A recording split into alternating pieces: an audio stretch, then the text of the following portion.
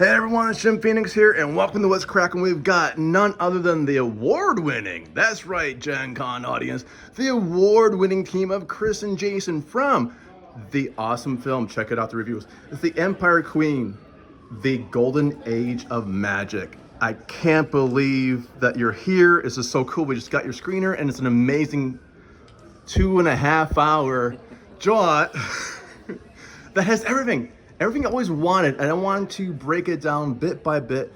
First of all, how was the award that you just got? How was the award?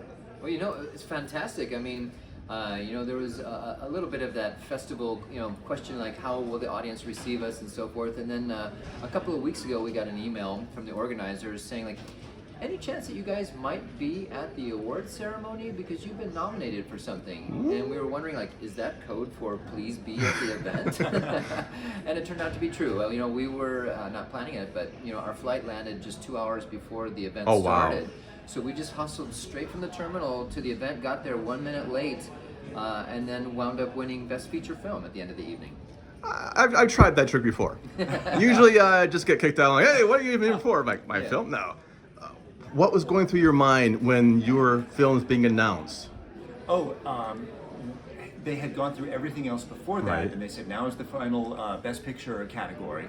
And they said, and this film is 2.5 hours, and Jay and I looked at each other and said, that's gotta be us. Who else is Who else is weird enough to do that? And we said, I think we're gonna, but you still don't know for sure. And then they showed our poster and called us up, and it's great because it's amazing. We didn't really enter a lot of festivals. It wasn't really our focus, and we won Best Feature Film at the Sweden Film Awards. Awesome. And that gives us an international recognition, and this is the domestic one for us. And we won 2 Telly Awards last month. So it's been really, it's getting some nice acknowledgement, which is very meaningful for us. Yeah. Now, from this, are you thinking maybe theatrical? That's always been in the works. We've had discussions with several people that want to put it up on the big screen, probably in a limited, certainly domestic theatrical release. I would say put a pin in that, and we're crossing our fingers. It looks great, by the way, on the big screen. It's beautiful. It's something I'm gonna bring up. I bring this in a review, and it is, it looks like a labor of love, but it looks like a labor of love by very talented people. Oh, thank you. Well, thank Like you. amazingly Appreciate talented that. people. It's like, we have our sensibilities of what we like, and we have, the skills that we can bring to it. And I think that those all combine together quite nicely in terms of executing this particular film. And so I'm glad that people recognize that our sense of storytelling is commercial enough to be digested by the audience. I think that you hit it on the head. I'm not going to lie. When I saw the runtime from the screener, we get a lot of screeners like, oh, indie, 2.5. I'm like, fine, press play, it flies. Great. When it's over with, you're like, it was only 2.5. Like, honestly, you could have gone longer. That's wonderful. That's a great Yeah, comment. it's That's a that real feeling. compliment. Like I said, I think the Hobbit and the Game of Thrones people can take a lesson from you. It's everything those shows should have been. Oh, that's a nice thing to say. Those are really well done. No, we love pacing, and we're both a little ADD. I think all of us on the thing. That's exactly we need it. to move at a good clip. That's exactly it. The pacing is so smooth, and it goes boom, and you don't forget anything, and the storyline is great. It is an amazing work of talented actors and designers, everything from the sound to the opening footage. Is this how you pictured it? Is it when you're storyboarding, where you're writing the screenplays? Or I think that we had ambition of what we thought we might be able to achieve, but as we started going through the process, we started realizing that what we were hoping to achieve was possible, given the advancement of gear and the reduced costs of a lot of things.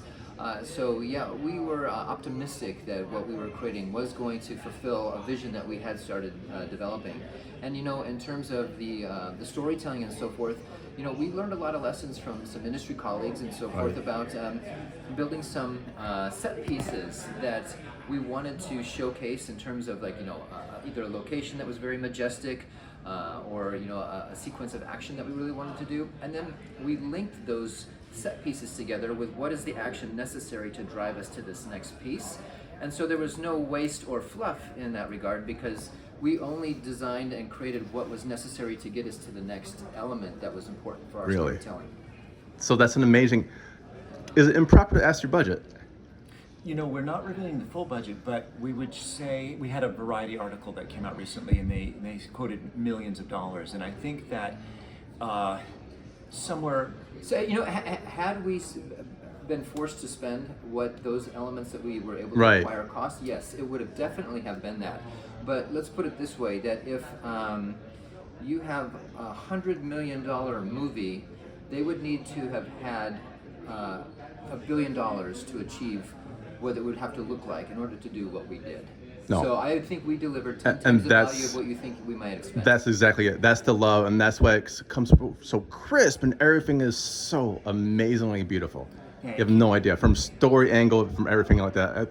I was trying to even look at things to pick apart on, to give you something like constructive for the review. No. Oh, that's cool. Everything No. was we were Yeah. very thought through and crafted in terms of every visual. Right. And I would have to say that we focused just what was in that frame.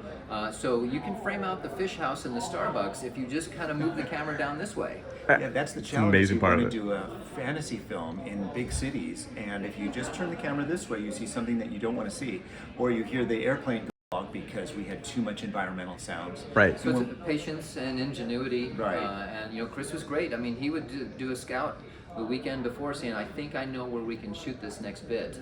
And we have access in Southern California to so many diverse terrains. Oh, so it's you'd cool. be surprised at how much of it was shot within a 5-mile radius within the valley of Los Angeles. I was gonna say, I'm watching this, I'm like, did you just use, really? and it fits the story. It looks like it belongs in the thing. I'm pretty sure I walked by that for a Laker game. It's like, I'm pretty sure I've already drove I'm past sure this. you Yeah. did. And we got lucky because we had a lot of rains in California around that time. So what was normally kind of brown LA Right. looking was lush and beautiful. People go, Pops "Is that out New nicely." Zealand?" It's like, no, that's actually Chatsworth. And there is obviously a very distinct difference when we did do several days of filming in Portland. So that's a very unique and diverse Right. topography of its own. And so we were able to weave that together with some of the other visuals of Southern California.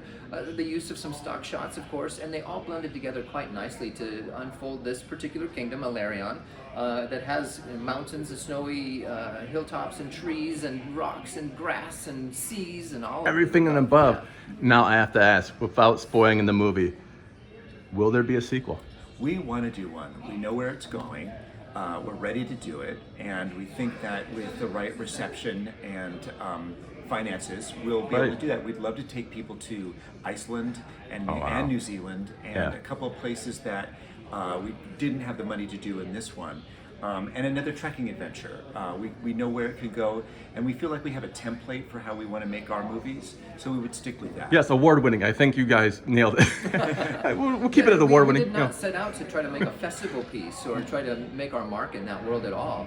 It just, I had a particular itch at some point saying, like, let's see what it could potentially do, and then to receive the acknowledgement has been really a nice shock. Jay led that. I was going like, I don't think we have a festival film. Don't even bother. And he's like, no, let me put out to a couple. We only entered a couple, and we won 60% of them. Nice. Yeah. There you go. That's all we need. Now, as a parting shot, is there anything you would like to tell younger or starting out with, filmmaking, or people just who've always wanted to make their own, they have their own passion project, they just can't seem to, what kind of advice would you give? I just participated in a panel, and I made the same point, and I would put this out to your audiences. Feel free to be as ambitious as you can possibly imagine with whatever it is that you would like to create, because it is doable in so many ways, because technology is cheap now, where you can get the resources to film, the cameras, the gimbals, the lights, and so forth. The drones, absolutely, that elevated us to quite a degree. And there's a lot of hungry people out there that are willing to throw in with you on a project, because they're as excited about your idea potentially as you are, and they are willing to put their expertise. The 21-year-old kid that is a wizard at After Effects would love to do Wand Blast for you for $30.